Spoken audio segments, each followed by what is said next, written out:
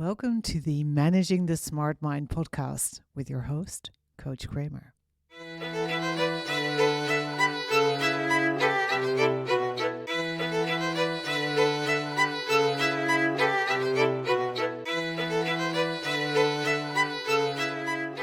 This is episode 22, Procrastination, Part 3.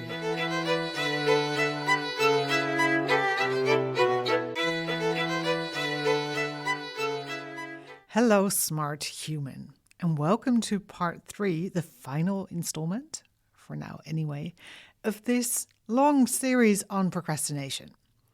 In the first two parts, I looked at what procrastination is, why smart people are more susceptible to it, what causes it, and how you can tackle the thoughts and feelings that trigger it.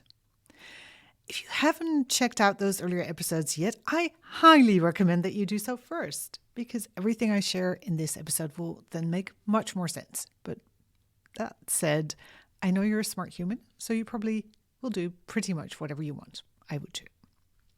Now, you know after the last episode that two strategies to combat procrastination are, first and foremost, sitting with the procrastination causing feelings rather than trying to get away from them, right? Just staying put and feeling those sucky feelings. And the second one is looking at the underlying thoughts that are causing them and modifying them. So you have less sucky feelings to sit with. So good. But since procrastination is pretty much boss level in gaming terms, we want to have more up our sleeves when we tackle it. And in this episode, I will share a myriad of ways to undermine, disarm, and defeat the procrastination beast. And there's lots of them. So for this episode, you want to download the transcript, which you'll find on my website, coachkramer.org. And what I'm sharing today, the tricks and tips, fall into two broad categories, environmental and behavioural. I'll start with the environmental strategies because they're the most straightforward. This is kind of the low-hanging fruit in our procrastination battle. As we discussed in the last episode, procrastination arises from the desire to avoid sucky feelings, and knowing that, a great additional strategy can be to simply make it harder to get away from those feelings. And you may be like, oh my God, I don't want to be stuck with those feelings, but that's exactly what will make it easier to not procrastinate. And eliminating distractions will help you do that. It will make it much easier to just stay put and get things done. And in my research on this topic, I learned a very fun new word. I'm trying to pronounce it properly. Procrastinogenic. There you go. Which means kind of favoring procrastination, right? Making you prone to procrastinate. And a lot of us work in procrastinogenic environments, open offices, messy desks, constant notifications on our phones or other devices. If you eliminate as many of these as you can, you will have made it a lot easier for yourself to get things done. Switch your phone to airplane mode. Use apps that cut you off from the internet. There are many, both for mobile and desktop. Or go to work in a place with fewer distractions than in your regular office, for example, a cafe or a co-working space.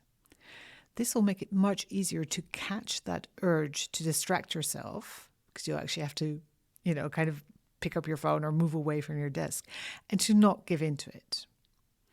And if you feel like you need an extra boost, then you can also use mood hacks to get you in the right mindset, like playing a power music playlist.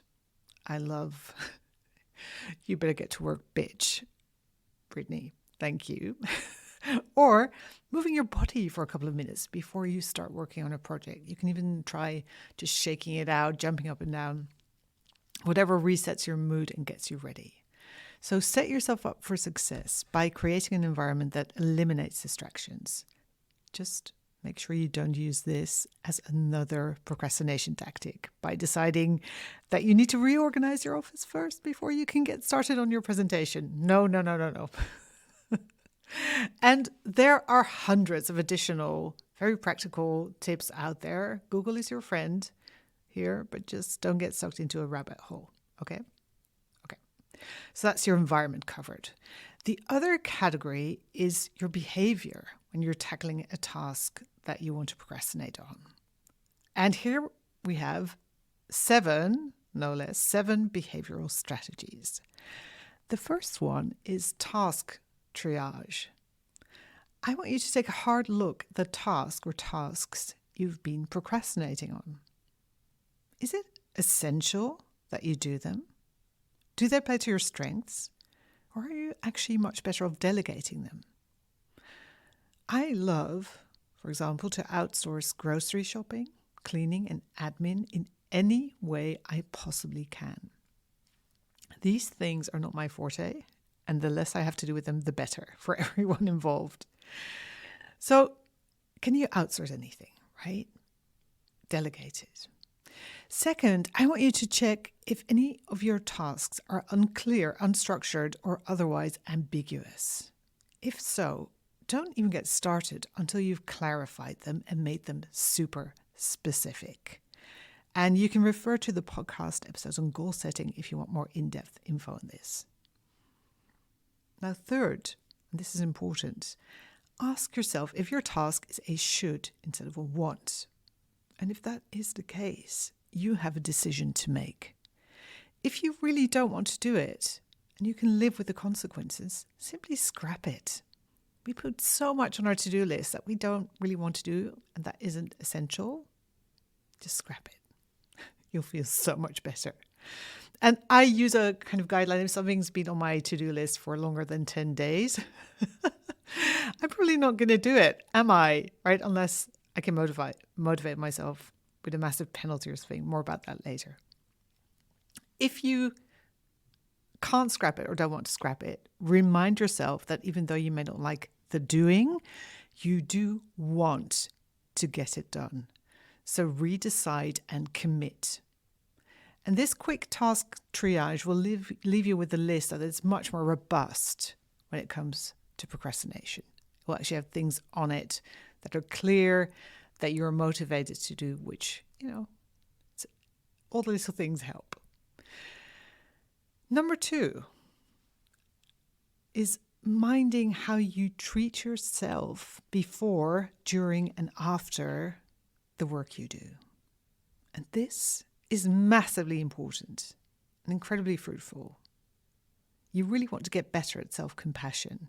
And listen, this is not just with regards to procrastination. Negative self-talk just is a killer. It undermines your self-confidence, all the things.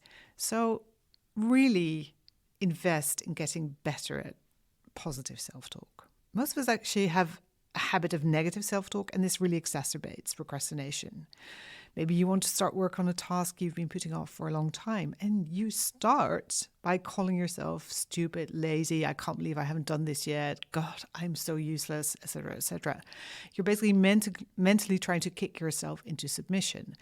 And this will only make you feel awful, which then makes it even harder to get started. It's completely counterproductive. You may also be judging yourself for procrastinating or even wanting to procrastinate. Again, this only creates more unpleasant feelings, which your brain will then want to help you avoid through, you got it, procrastination. So practice self-compassion and positive self-talk instead. Observe your thoughts and feelings, notice them without judging them, and then say something like, of course this is happening. Of course I have these thoughts. I am a human with a human brain. And carry on with what you were doing without getting sucked into a cycle of self-hatred.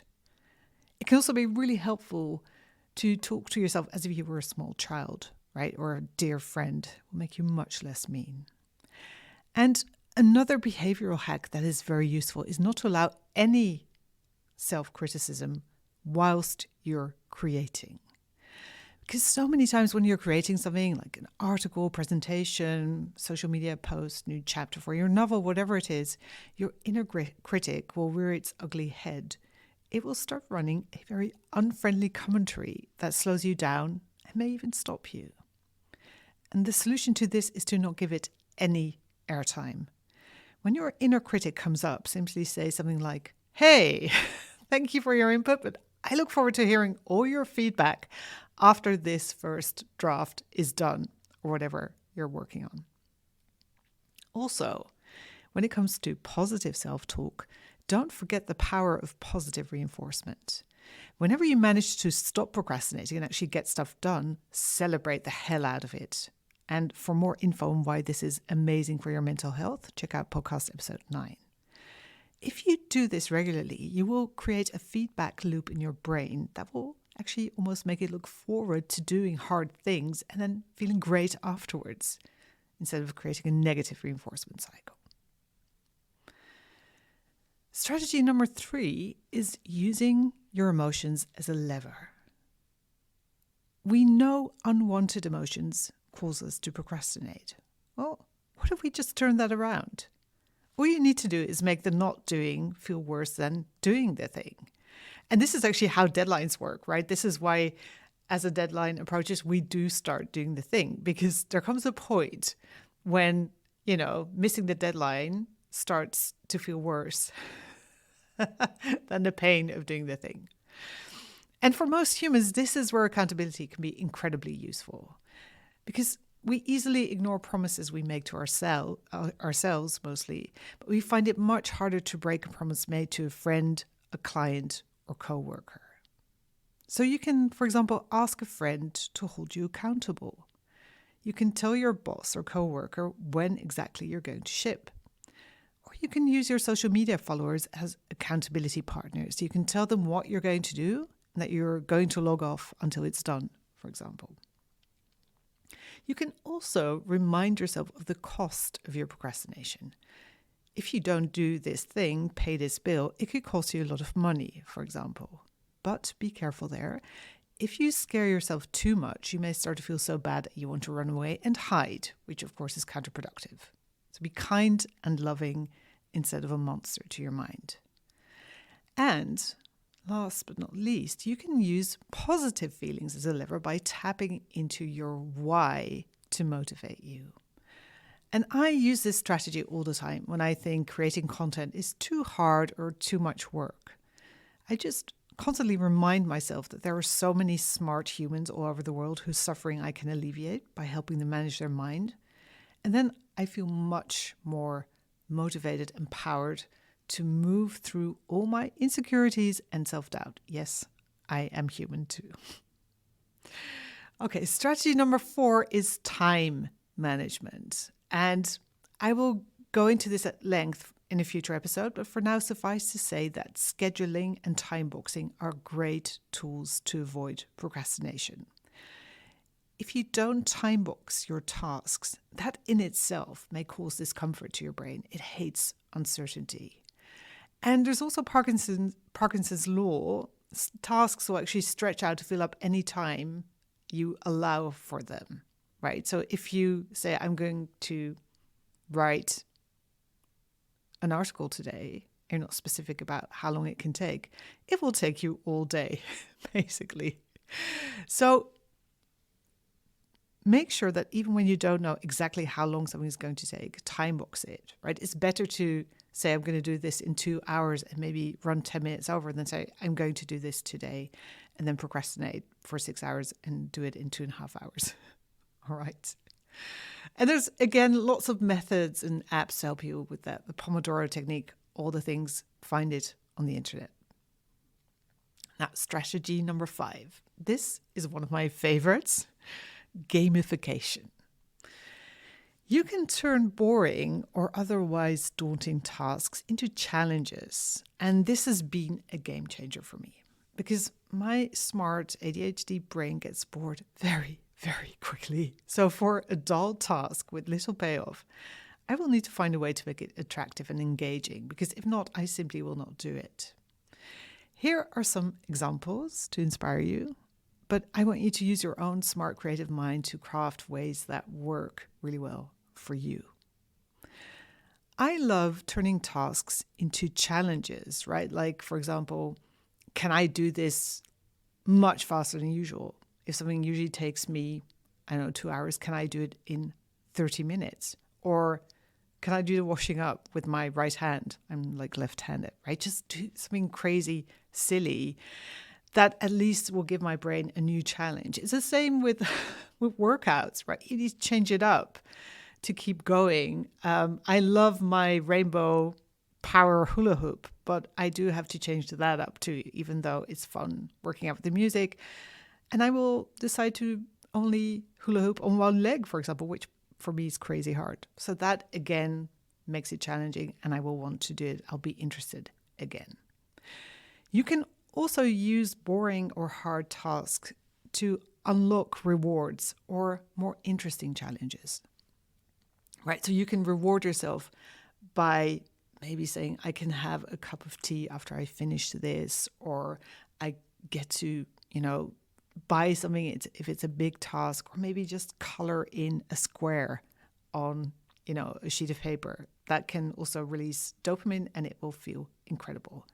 And that way you can actually create a dopamine reward loop by repeating simple rewards after each small completion. Lots of ways to go about this. I may also go into this in more depth in a later episode, but have fun with this. Get creative. Use gamification. It's amazing. Strategy number 6 is using rules. And if you've listened to the episodes on decision making, you know that rules are decisions you make ahead of time. And they can save you a tremendous amount of energy and mental back and forth because you do not have to decide in the moment. Now, one of my personal rules is to publish a podcast every week. This is completely non-negotiable. I made it a rule that I can't and I won't break, which means even if I want to, there's only so long I can procrastinate on recording podcasts. Another rule I have is that I can't do anything that isn't on my to-do list for that day, which is a great way to curb my list, which in my case always tends to be way too long and on the optimistic side.